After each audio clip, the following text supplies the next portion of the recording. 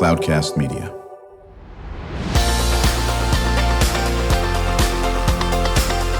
Drew Schlosberg Spotlight on the Community Show, amplifying the voices of social impact organizations, entrepreneurs, local nonprofits, and other community champions who shape the culture, creativity, and connectivity of San Diego. Brought to you by Mission Fed Credit Union, bringing good things to San Diego for over 60 years. Learn more about what is good for you and good for all by visiting www.missionfed.com. What is good for you is listening to the Drew Schlosberg Spotlight on the Community. Drew is not here. I am Dave Mason, and for Drew, but we have a special guest who has joined us today, and it's Stephanie Cook, Executive Director of the San Diego Women's Foundation. Hello, Stephanie. Hi, great to be here. Great to have you here, really, on another day in San Diego, another day in heaven, another day in paradise, but another day where there are lots of things that go on in San Diego and lots of great organizations that are here to assist the people who live here, especially the San Diego Women's Foundation. Now, let me ask you this. Whose idea was it to set aside an entire month for women and not an entire year? Oh, I don't know whose idea it was. But my whole thought is that women should be honored every day of the year. Absolutely. I like that. Except in a leap year, they should be honored in an extra day. But March is Women's History Month, and we look at the contributions that women have provided to all of us. Where I grew up in the home of Susan B. Anthony. And I think that she was probably the first, Sarah Barton grew up also near where I grew up, lived around there. And, when you realize that the important things that women have provided in our lives over the years, it just amazing, seriously amazing. And now we have the San Diego Women's Foundation, which you are part of. Can you kind of explain the mission of the San Diego Women's Foundation? Yeah, absolutely. So we are a collective giving and membership organization, and we were founded in the year 2000 as a supporting organization of San Diego Foundation at a time where women were really underrepresented in philanthropy. And the mission of our organization is to connect, educate, and inspire women to come together in collective philanthropy. Okay, collective philanthropy. Yeah. Can you be our dictionary? Yeah, absolutely. So it's an interesting term. I mean, the concept of collective philanthropy is donors who want to, give money to support causes in their community, pooling their philanthropic resources to make a bigger collective impact. So I, as an individual donor, may be able to give, X amount to an organization. But if I get together with a group of, say, 200 other women, as is the case with the Women's Foundation, we can make grants on a much larger scale. Strength in numbers. That's right. It kind of sounds like that's nice. So I understand that the contributions of the 200 plus San Diego Women's Foundation members, and that's you have more than 200 people as that's part right. of the foundation. How much have you given so far? So in just 22 years, we've granted out $4.8 million to just over 100 nonprofit organizations in San Diego County. Nice. How can you determine which organization is worthy of getting a grant from the Women's Foundation? Oh, goodness. That is the hardest part of our work. I mean, so we don't have the same grants focus area every year. Our member-driven grant selection process starts with us doing research into the community, determining a focus area based on conversations with nonprofits and community need. Once we select a focus area, we send out a call for letters of inquiry. And, this year, for example, we received 60 letters of inquiry from really incredible nonprofit organizations in our community. And then it's the tough job of our members. They receive training, and then they have to make the decisions for which ones they really want to move on in the grants process. So does the entire foundation vote on this? The entire foundation votes on the grants topic and then on the final grants ballot, where we finalize our slate of official grantees, and then any Women's Foundation member can participate in the review of letters of inquiry and proposals. Nice. Very nice. I'm sure that sometimes leads to lively conversation. Oh, absolutely. Well. I mean, we have members from all walks of life across San Diego County, and they bring really important, perspectives to this work, and they're all really passionate about this place that we live. So really lively conversations, but ultimately serving the community is at the heart of all of what we do.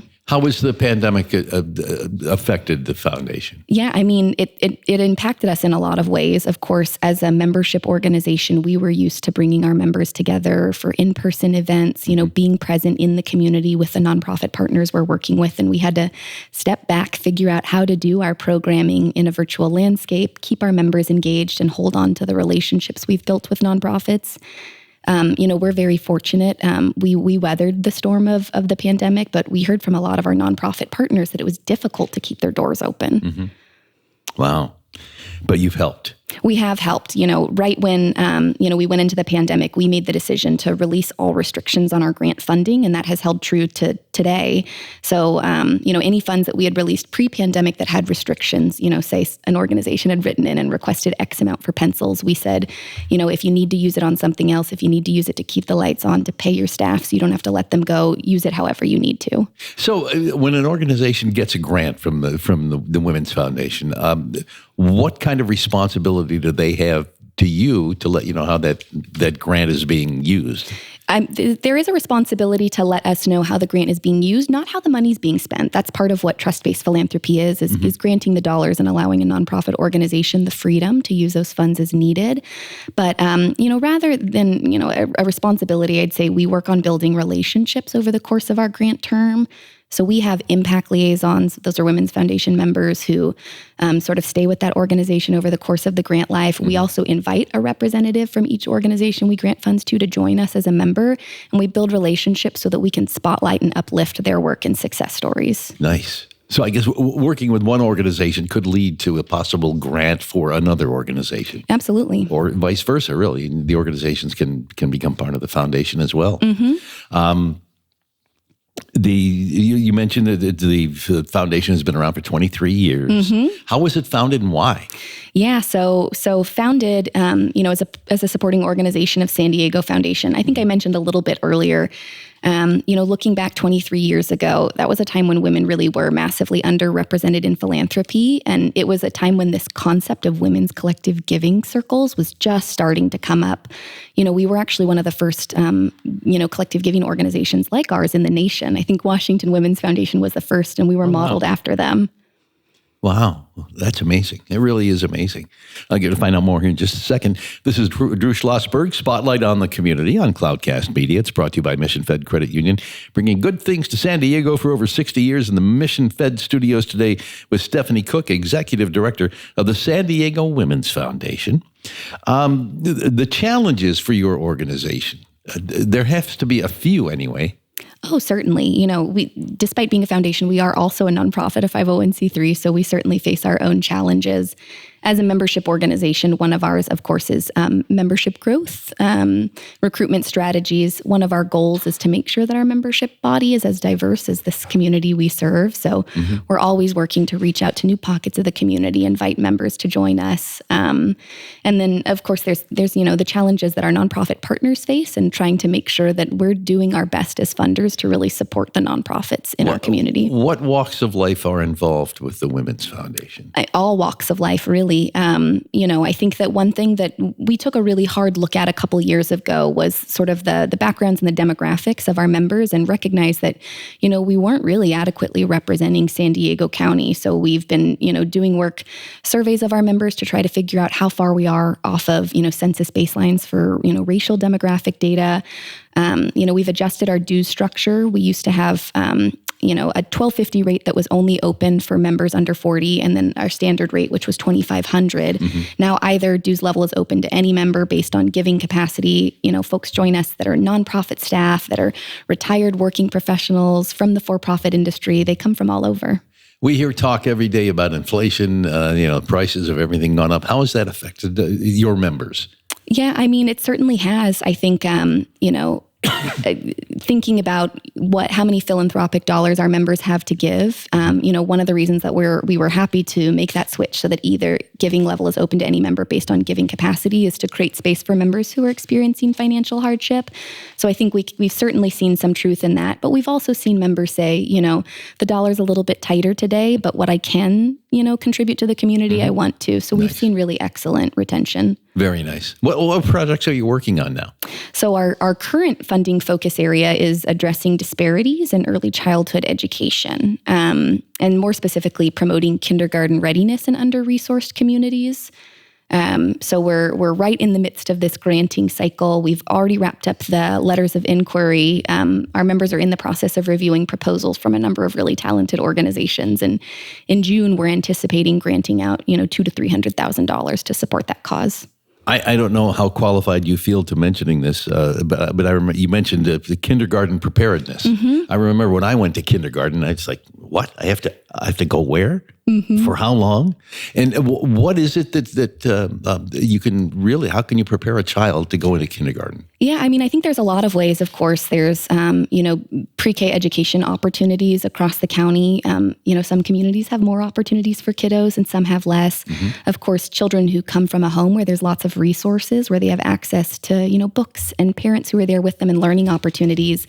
When you think about kindergarten readiness, there are some hard skills that, they're looking for when kids are entering kindergarten. Knowing your ABCs, being able to count to 10, but there's also some social skills that kids need to learn, growing a love of learning, being able to engage in group learning, right.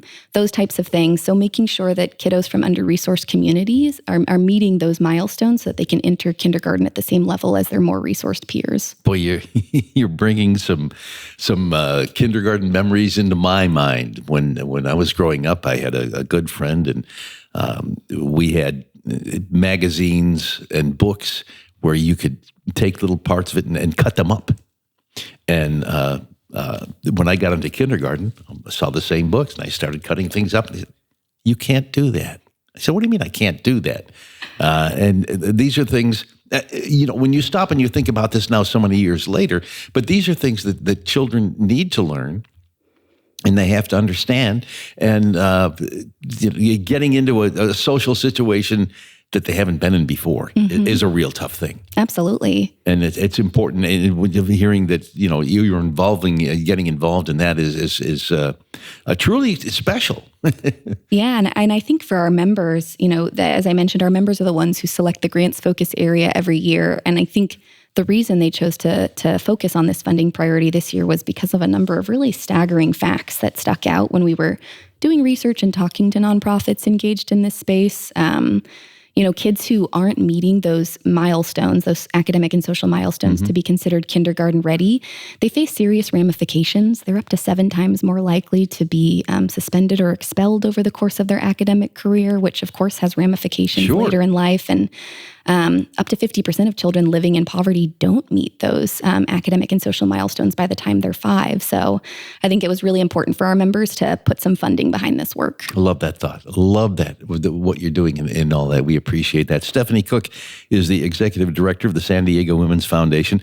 And Drew Schlosberg, Spotlight on the Community Show. I'm Dave Mason for Drew. We're on Cloudcast Media, brought to you by Mission Fed Credit Union. That's Mission Fed Credit Union, bringing good things to San Diego for over 60 years.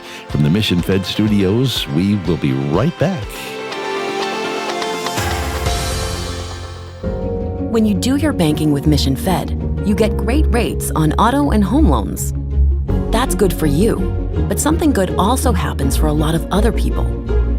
We're not for profit, so we put money back into the community to help lots of great nonprofits to keep San Diego strong.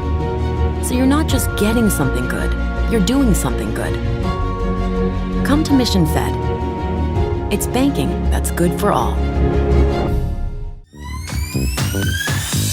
Brand amplification is the DNA of Cloudcast Media, and our code is the powerful blending of sound, voice, and storytelling to lift local brands and their communities. Whether it is our Brandcast, Schoolcast, or Causecast platforms, the unifying ethos is all about this community, the one you call home. If you dare to dream and want to explore the brand amplification of Cloudcast, a national leader in local podcasting and other Winfluence strategies, please visit us at cloudcast.us.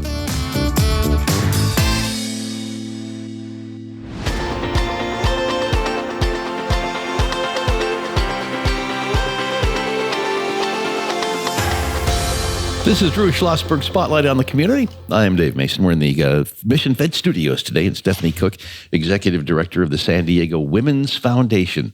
What do you have in the works right now for the immediate future for the foundation? Well, working on this current grants focus area, right? So working to get these funds out the door in June to support early childhood education initiatives. We have funds out the door from our last granting cycle, so we're working on building relationships with organizations we granted funds to in June that are working on combating food insecurity in San Diego County.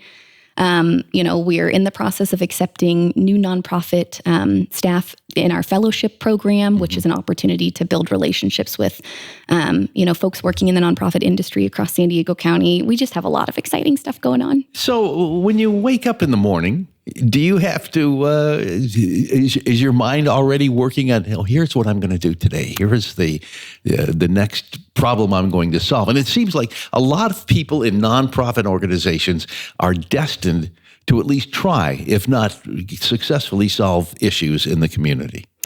Yeah, I think that a lot of folks in this sector are, they're brought here because they're really mission-driven individuals and want to work for an organization where they can, put their skills to use in pursuit of those passions. And I love the Women's Foundation. I've been here for 5 years, and we have a very small but mighty team of 3, and we stay very on top of our tasks. So we have so much going on at any given moment. How did you get involved?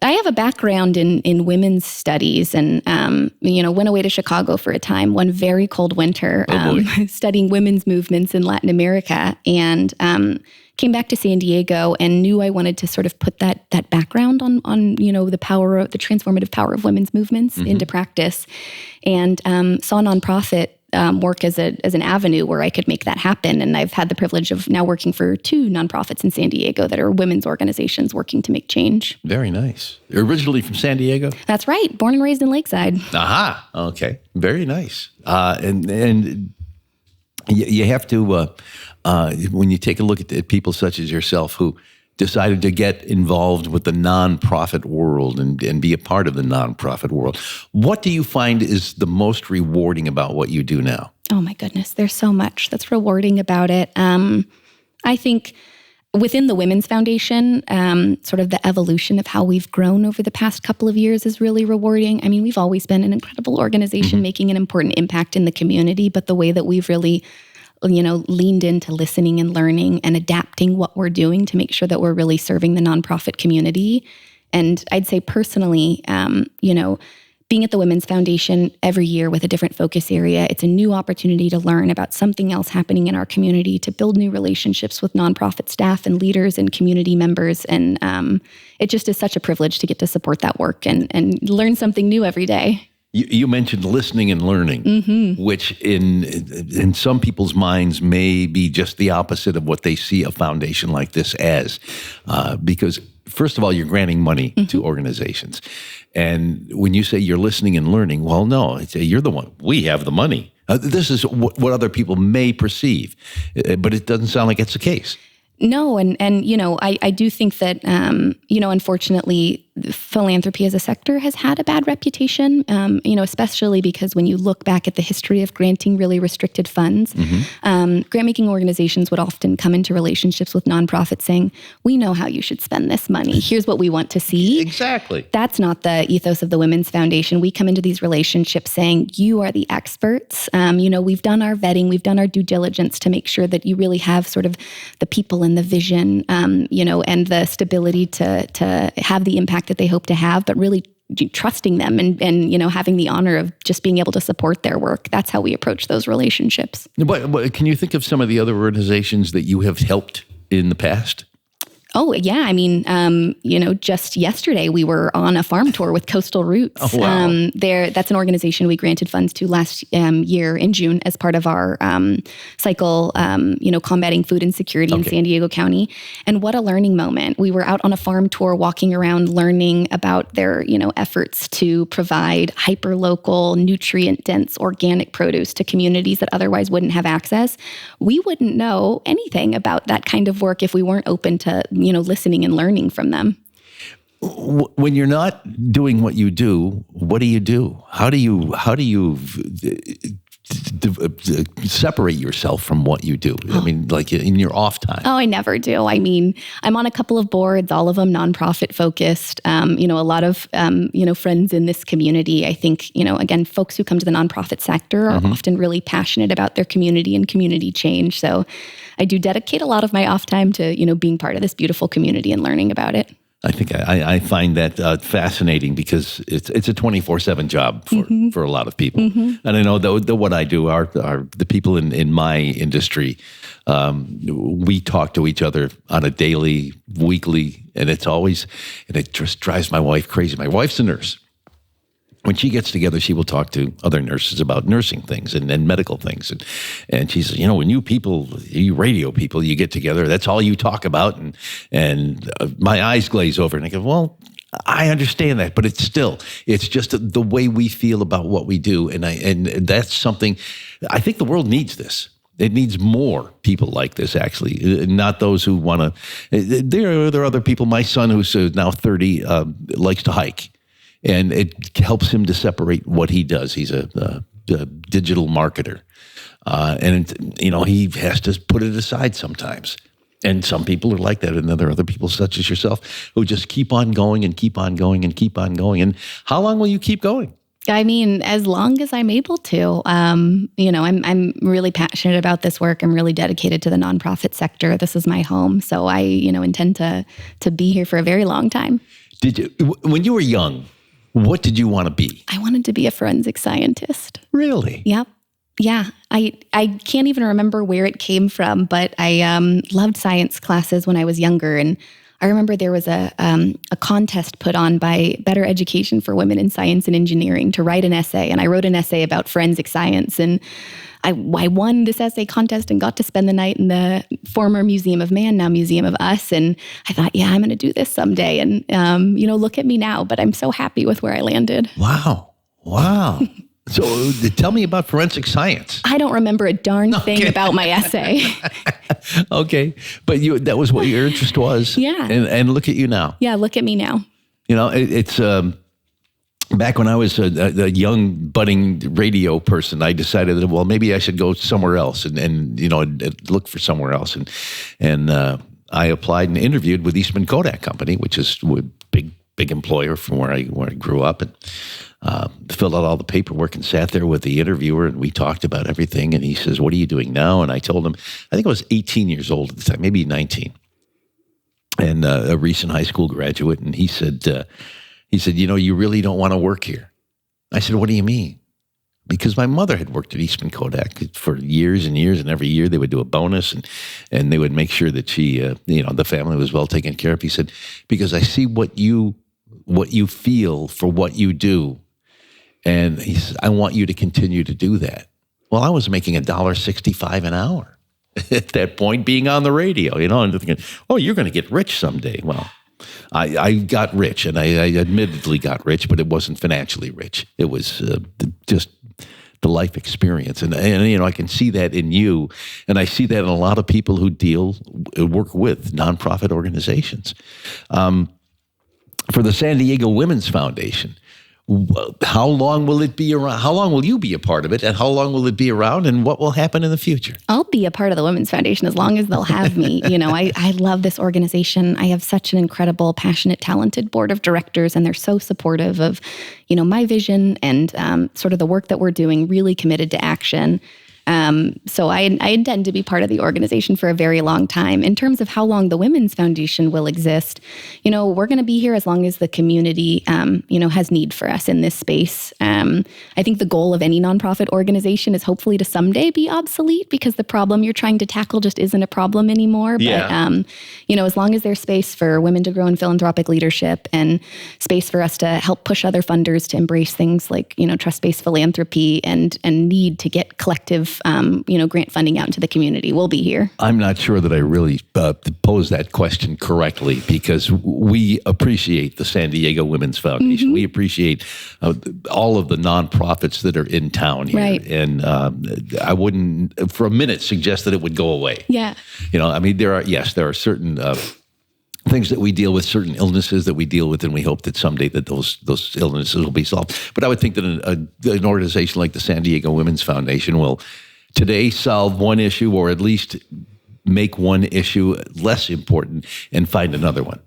Yeah. I mean, I'd say that's definitely true. We know that with our grants pool every year, $200,000 to $300,000, that's not a large enough amount of funding to solve really any of the issues that we're hoping to tackle. But I think a big piece of what we do is elevate issues. We've heard from so many of our nonprofit partners in the past that the Women's Foundation grant has enabled them to receive grant funding from other funders who saw, okay, we vetted it, we believed in them, we funded the work, and then other grant dollars follow. Stephanie Cook is the executive director of the San Diego Women's Foundation, and you're listening to Drew Schlosberg's Spotlight on the Community on Cloudcast Media for over 16 years. Gosh, that's how long the Spotlight has been around. That's kind of fun. We're brought to you by Mission Fed Credit Union, bringing good things to San Diego for over 60 years. In the Mission Fed studios today, I'm Dave Mason, along with Stephanie Cook. There was something very important that I was going to ask, and I, off the top of my head, I just kind of lost it. Okay, so how do people get to the San Diego Women's Foundation if they're interested in getting a grant? Yeah, if they're interested in getting a grant, I mean, you can always check out our website, sdwomensfoundation.org, to stay up to date on where we're at in our funding cycle. On our website, there's access to our listserv. Anytime we have a granting opportunity, we publicize it far and wide. We lean on some of our friends in this space and, of course, San Diego Foundation to share our granting opportunities. And then we announce our next grants focus area every year at our annual grant celebration. Is there a limit to the amount that can be granted?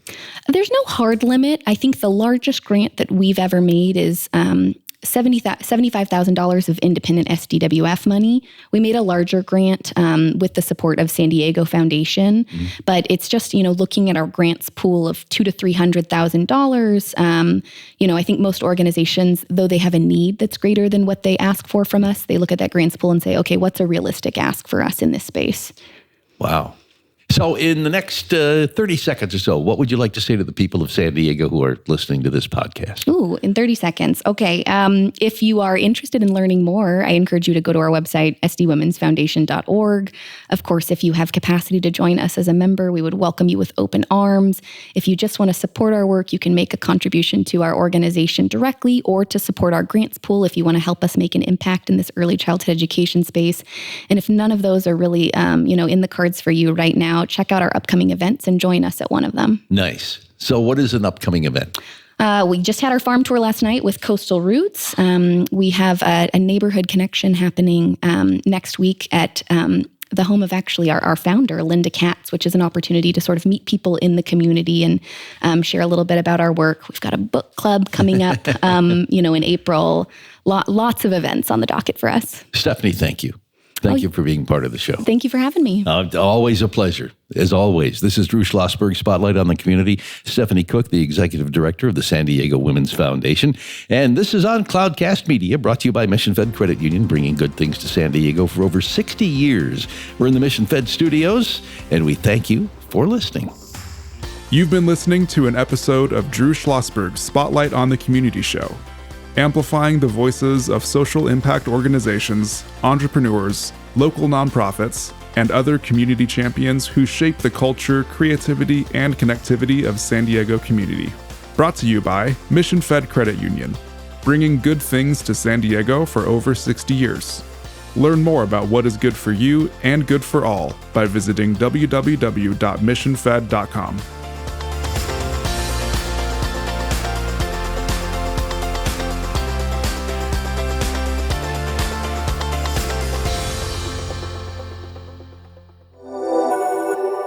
Cloudcast Media.